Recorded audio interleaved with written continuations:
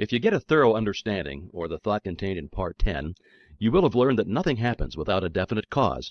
You will be enabled to formulate your plans in accordance with exact knowledge. You will then know how to control any situation by bringing adequate causes into play. When you win, as you will know exactly why. The ordinary man who has no definite knowledge of cause and effect is governed by his feelings or emotions. He thinks chiefly to justify his action. If he fails as a businessman, he says that luck is against him. If he dislikes music, he says that music is an expensive luxury. If he is a poor office man, he says that he could succeed better at some outdoor work. Or if he lacks friends, he says his individuality is too fine to be appreciated. He never thinks his problem through to the end. In short, he does not know that every effect is the result of a certain definite cause, but he seeks to console himself with explanations and excuses. He thinks only in self-defense. On the contrary, the man who understands that there is no effect without an adequate cause thinks impersonally. He gets down to bedrock facts regardless of consequences. He is free to follow the trail of truth wherever it may lead. He sees the issue clear to the end, and he meets the requirements fully and fairly, and the result is that the world gives him all that it has to give in friendship, honor, love, and approval. Part 10. Abundance is a natural law of the universe. The evidence of this law is conclusive. We see it on every hand. Everywhere nature is lavish, wasteful, extravagant. Nowhere is economy observed in any created thing. Profusion is manifested in everything. The millions and millions of trees and flowers and plants and animals and the vast scheme of reproduction, where the process of creating and recreating is forever going on, all indicates the lavishness with which nature has made provision for man. That there is an abundance for everyone is evident, but that many fail to participate in this abundance is also evident. They've not yet come into a realization of the universality of all substance, and that mind is the active principle whereby we are related to the things we desire. All wealth is the offspring of power. Possessions are of value only as they confer power.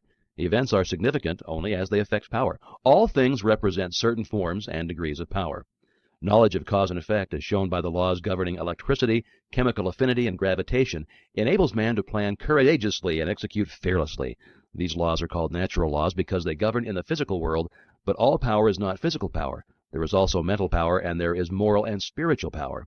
Spiritual power is superior because it exists on a higher plane. It has enabled man to discover the law by which these wonderful forces of nature could be harnessed and made to do the work of hundreds and thousands of men. It has enabled man to discover laws whereby time and space have been annihilated, and the law of gravitation to be overcome. The operation of this law is dependent upon every spiritual contact. As Henry Drummond well says, "In the physical world as we know it, there exists the organic and the inorganic. The ignorance of the mineral world is absolutely cut off from the plant or animal world. The passage is hermetically sealed. These barriers have never yet been crossed. No change of substance, no modification of environment, no chemistry, no electricity, no form of energy, no evolution of any kind can ever endow a single atom of the mineral world with the attribute of life. Only by the bending down into this dead world of some living form can those dead atoms be gifted with the properties of vitality. Without this contact with life, they remain fixed in the inorganic sphere forever." Huxley goes on to say that the doctrine of biogenesis, or life only from life, is victorious all along the line, and Tyndall is compelled to say, "I affirm that no shred of trustworthy evidence exists to prove that life in our day has ever appeared independent of antecedent life." Physical laws may explain the inorganic. Biology explains and accounts for the development of the organic, but of the point of contact science is silent. A similar passage exists between the natural world and the spiritual world. This passage is hermetically sealed on the natural side. The door is closed. No man can open it. No organic change, no mental energy, no moral effort, no progress of any kind can enable any human being to enter the spiritual world. But as the plant reaches down into the mineral world and touches it with the mystery of life, so the universal mind reaches down into the human mind and endows it with new, strange, wonderful, and even marvelous qualities. All men or women who have ever accomplished anything in the world of industry, commerce, or art have accomplished because of this particular process. Thought is the connecting link between the infinite and the finite, between the universal and the individual. We have seen that there is an impassable barrier between the organic and the inorganic, and that the only way that matter can unfold is to be impregnated with life. As a seed reaches down into the mineral world and begins to unfold and reach out, the dead matter begins to live. 1,000 invisible fingers begin to weave a suitable environment for the new arrival, and as the law of growth begins to take effect, we see the process continue until the lily finally appears, and even Solomon in all of his glory was not arrayed like one of these. Even so, a thought is dropped into the invisible substance of the universal mind, that substance from which all things are created, and as it takes root, the law of growth begins to take effect, and we find that conditions and environment The law is that thought is an active, vital form of dynamic energy which has the power to correlate with its object and bring it out of the invisible substance from which all things are created into the visible or objective world. This is the law by which and through which all things come into manifestation. It is the master key by which you are admitted into the secret place of the Most High and are given dominion over all things. With an understanding of this law, you may decree a thing, and it shall be established unto thee. It could not be otherwise if the soul of the universe, as we know it, is the universal spirit. Then the universe is simply the condition which the universal spirit has made for itself. We are simply individualized spirit and are creating the conditions for our growth in exactly the same way. This creative power depends upon our recognition of the potential power of spirit or mind and must not be confused with evolution. Creation is the calling into existence of that which does not exist in the objective world. Evolution is simply the unfolding of potentialities involved in things which already exist. In taking advantage of the wonderful possibilities opened up to us through the operation of this law, we must remember that we ourselves contribute nothing to its efficacy, as the great teacher said, "It is not I that doeth the works, but the Father that dwelleth in me. He doeth the work." We must take exactly the same position, that we can do nothing to assist in the manifestation. We simply comply with the law, and the all-originating mind will bring about the results. The great error of the present day is the idea that man has to originate the intelligence whereby the infinite can proceed to bring about a specific purpose or result. Nothing of this kind is necessary. The universal mind can be depended upon to find the ways and the means for bringing about any necessary manifestation. We must, however, create the ideal, and this ideal should be perfect. We know that the laws governing electricity have been formulated in such a way that this invisible power can be controlled and used for our benefit and comfort in thousands of ways. We know that messages are carried around the world, that ponderous machinery does its bidding, that it now illuminates practically the whole world.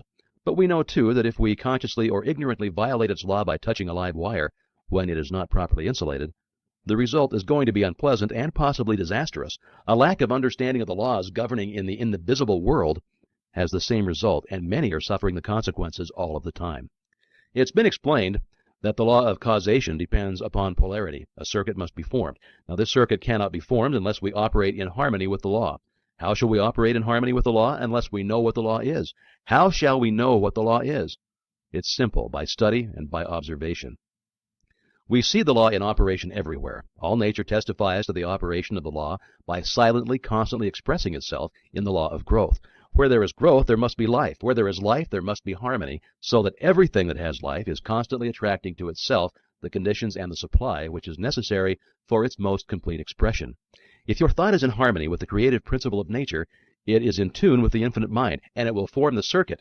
It will not return you to void, but it is possible for you to think thoughts that are not in tune with the infinite, and when there is no polarity, the circuit is not formed. What then is the result? What is the result when a dynamo is generating electricity? The circuit is cut off and there is no outlet. The dynamo stops. It's exactly the same with you. If you entertain thoughts which are not in accordance with the infinite, and cannot therefore be polarized, there is no circuit. You are isolated. The thoughts cling to you, harass you, worry you, and finally bring about disease and possibly death. The physician may not diagnose the case exactly in this way. He may give it some fancy name which has been manufactured for the various ills which are the result of wrong thinking. But nevertheless, the cause is just the same. Constructive thought must necessarily be creative, but creative thought must be harmonious, and this eliminates all destructive or competitive thought. Wisdom, strength, courage, and all harmonious conditions are the result of power, and we have seen that all power is from within. Likewise, every lack, limitation, or adverse circumstance is the result of weakness, and weakness is simply absence of power. It comes from nowhere. It is nothing. The remedy, then, is simply to develop power, and this is accomplished in exactly the same manner that all power is developed, by exercise. This exercise consists in making an application of your knowledge. Knowledge will not apply itself. You must make the application. Abundance will not come to you out of the sky, neither will it drop into your lap, but a conscious realization of the law of attraction and the intention to bring it into operation for a certain, definite, and specific purpose, and the will to carry out this purpose will bring about the materialization of your desires by a natural law of transference.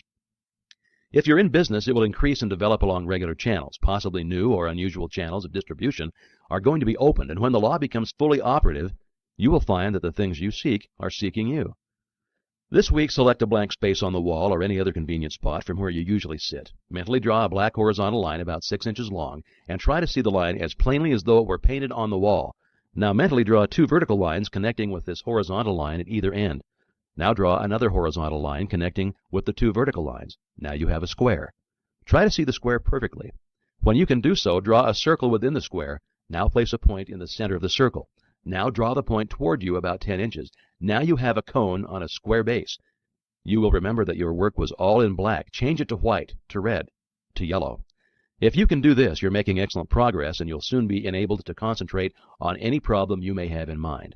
When any object or purpose is clearly held in thought, its precipitation in tangible and visible form is merely a question of time. Remember this: the vision always precedes and itself determines the realization.